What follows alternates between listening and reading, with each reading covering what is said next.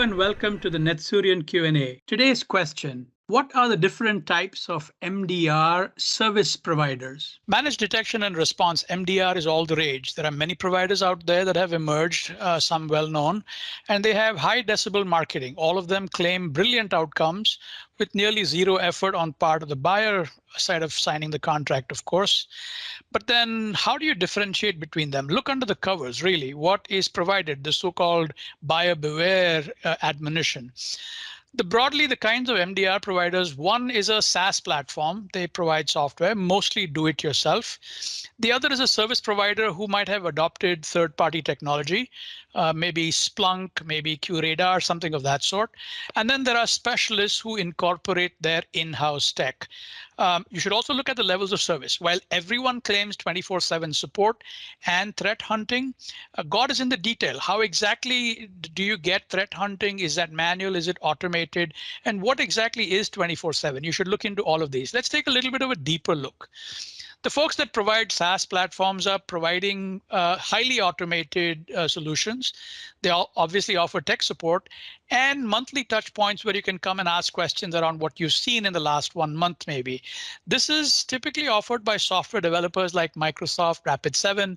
They're developing a one-size-fits-all hosted solution, not really offering a lot of service. The assumption here is that you have the capability. So obviously, this is a good fit if you already have serious security skills, not looking for the provider to come up with this, and you're looking for a tech platform. The fact that it's a SaaS solution hosted by somebody else, kept up to date, that's something that you can maybe manage, then this might be a solution for you.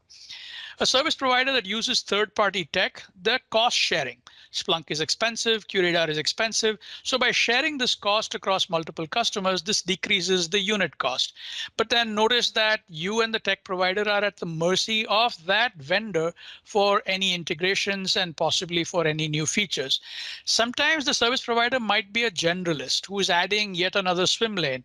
You see this in the case of people like PricewaterhouseCoopers or Arthur Andersen, who do a number of things around IT, and now they can offer MDR services as well. This might make sense if that provider is already deeply embedded in your environment. You already have the relationship. You're just adding another row to the purchase order. Then this might make sense. And then you have full service providers that use their own technology. The distinction here is, unlike SaaS providers, they are actually taking care of a lot of the service components, which the SaaS platform is not.